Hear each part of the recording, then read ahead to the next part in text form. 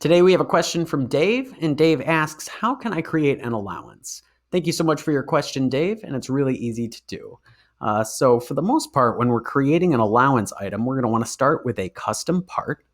And we can do that just by hovering over Search Part Library right here on our projects page. And we'll click this option to create custom part.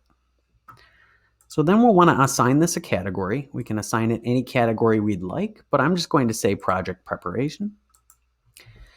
We'll give it a description. I'll just call this allowance. And we're just going to enter in a material cost for that allowance amount. So I'll just say $3,000. We'll click Save Part.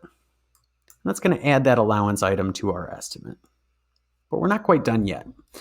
So the next thing we'll want to do is open this item up using this blue edit button here. And keep in mind, when you create a custom item, it's automatically going to assign this dollars per unit calculation type to this item.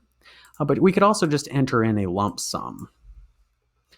Also just say $3,000 lump sum, and we'll still see that material cost as $3,000. But then the last thing we're going to want to do is we're going to want to remove the project markup from this item. And we can do that by clicking Markup right here.